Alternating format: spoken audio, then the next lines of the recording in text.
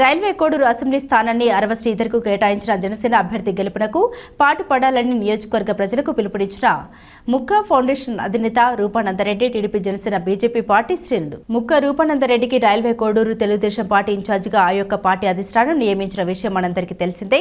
అయితే ఇక్కడ పరిస్థితుల్ని బట్టి కోడూరు నియోజకవర్గాన్ని జనసేనకు కేటాయించడం, జనసేన యనమల భాస్కర్ రావును అభ్యర్థిగా ప్రకటించడం జరిగిందని, అయితే ఆ అభ్యర్థిపై అనేక అభిప్రాయాల్ని అధిష్టానానికి వెళ్లాయని, అందుకే రూపానందరెడ్డి నిర్ణయించిన వ్యక్తిని అరవ శ్రీధర్ను జనసేన అభ్యర్థిగా ప్రకటిస్తూ పవన్ కళ్యాణ్ నిర్ణయం తీసుకున్నట్లు జనసేన పార్టీ రాష్ట్ర కార్యదర్శి తాతంశెట్టి నాగేంద్ర మీడియా ముఖ్యంగా తెలియజేశారు. అందరికీ నమస్కారం.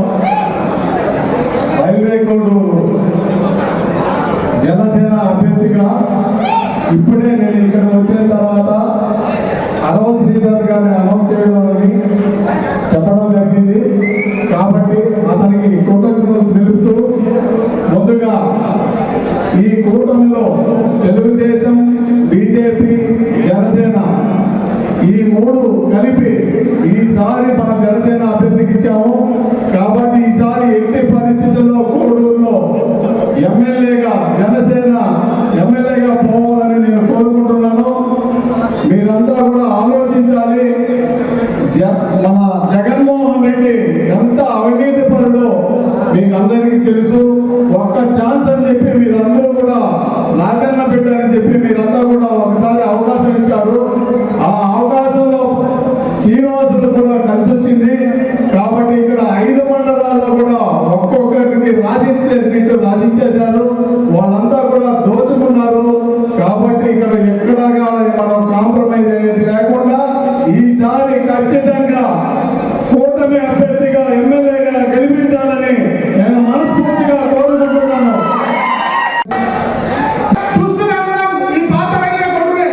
మనకు అభివృద్ధి కావాలి అంటే ఈ కుటుంబాన్ని గెలిపించాలి. ఒక కోల్డ్ స్టోరేజ్ లేదు, ఒక ఫ్లైఓవర్ లేదు, ఒక బైపాస్ లేదు, ఒక సరైన రీతిలో మార్కెట్ లేదు. మీరు ఎందుకైనా ఎమ్మెల్యే అయ్యారంటే దాచుకొని పాల్గొనేదానికి. ఈ రోజు రానే వచ్చింది. ఇది వైఎస్ఆర్సీపీ ప్రభుత్వం, ఈ వైఎస్ఆర్సీపీ ఎమ్మెల్యేలను ఈ దేశంలోనే కాకుండా ఈ పరదేశాల్లో కూడా అవకాశం కల్పించాలని మనమంతా ప్రయత్నం చేసి జయపాలయ ఎమ్మెల్యే చేయాలని చెప్పి మీరందరూ అవకాశం ఇవ్వాలని ఈ కుటుంబానికి నేను మనసారా కోరుకుంటున్నాను.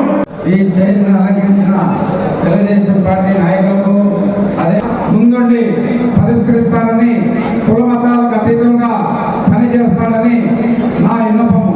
ఇలాంటి కుల మతాలకు విభేదం లేకుండా అందరినీ సమన్వయంగా చూస్తారని మరి విన్నవించుకున్నాను. ఈ అవకాశం ఇచ్చిన ప్రజలందరికీ నా మనవి.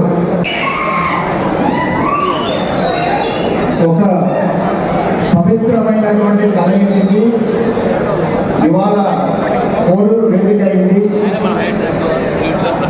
రాక్షస పరిపాలనని, దుష్ట పరిపాలనని అంతం చేయడానికి ఎంతో పెద్ద మనసుతో 3 పార్టీలు కలిశాయి.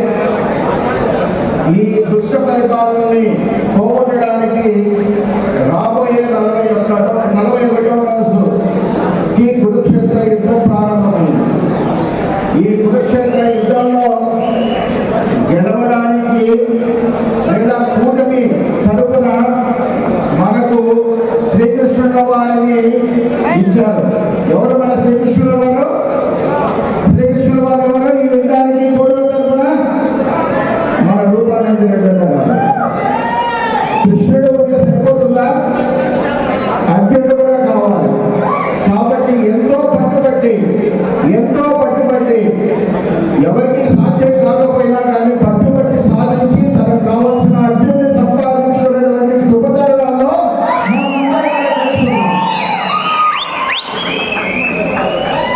ఆల్రెడీ ఈ కృష్ణార్జునులు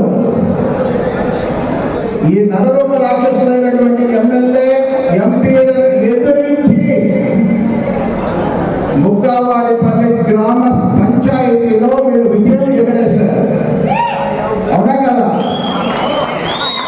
ఇవాళ అదే కృష్ణార్జునులు వేదికను మార్చుకున్నారు.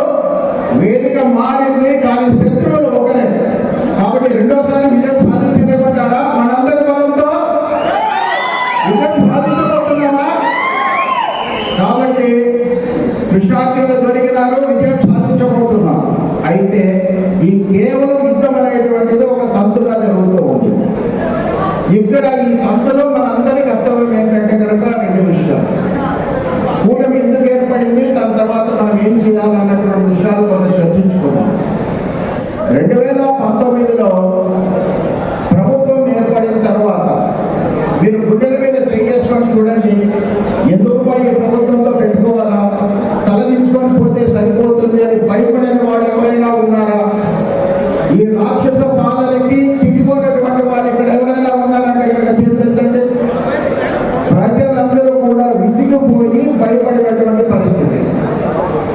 ఆఖరికి స్థానిక ఎన్నికల్లో కూడా మన అభిప్రాయానికి విలువ లేకుండా వాళ్ళే ఎన్నుకున్నారు. అంటే కనుక ప్రజల పట్ల వాళ్ళకి గౌరవం లేదు, ప్రజా నిర్ణయం పట్ల గౌరవం లేదు. మేమేం చెప్తే అదే శాసనం అనేటువంటి ఒక నియంత పాలన స్టార్ట్ అయింది. ఆ నియంత పాలనని మనం పాడుతోలాలి అంటే కనుక మనము ముఖ్యమైనటువంటి నాయకులు ఈ ఆంధ్రప్రదేశ్ రాష్ట్రాన్ని రక్షించుకోవాలన్నటువంటి ఉద్దేశంతో నరేంద్ర మోడీ గారు, పవన్ కళ్యాణ్ గారు సహకారంతో ఇవాళ చంద్రబాబు నాయుడు గారు ఈ రాష్ట్రాన్ని బాగు చేసుకోవడానికి మన ప్రజల ముందరికి రాబోతూ ఉన్నారు. ఈ సందర్భంలో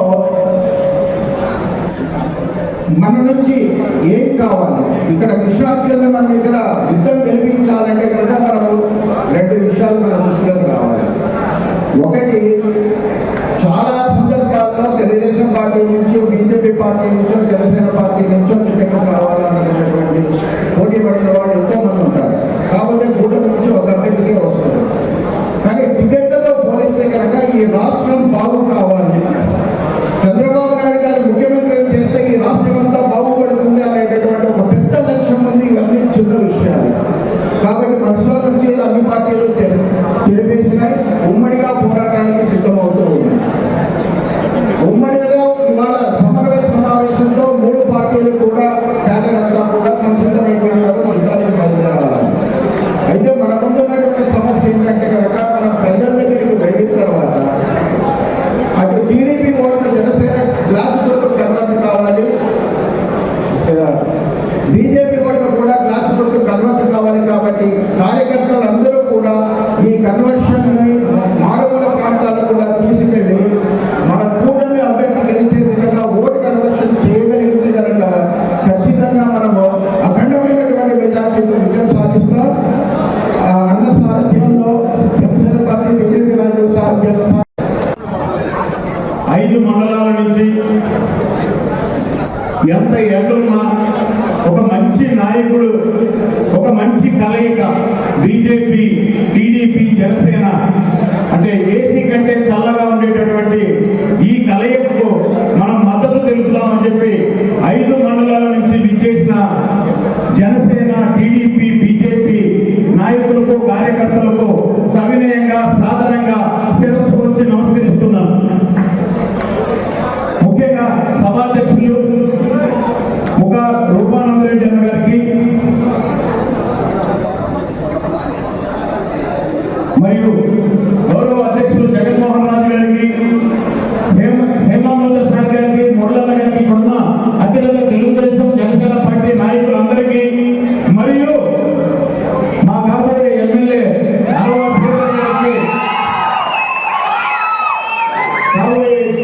గ్యాస్ గుర్తు మీద గెలిచే పవన్ కళ్యాణ్ గారి అభిమాని అరవా శ్రీధర్ గారికి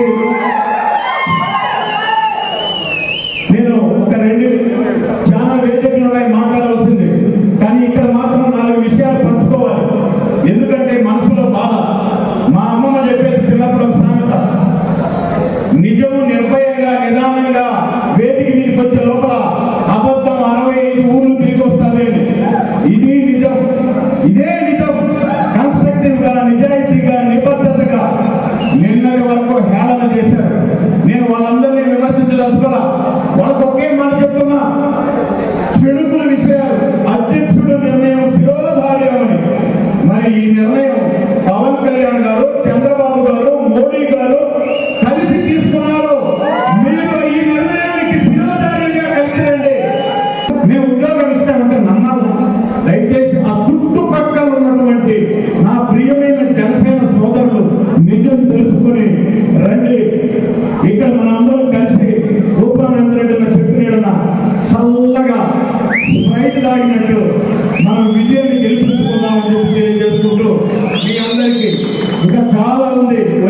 ఇవ్వాల్సింది బాకీ ఉంది. ఇంకా మాట్లాడాల్సిన వాళ్ళు చాలా మంది ఉన్నారు.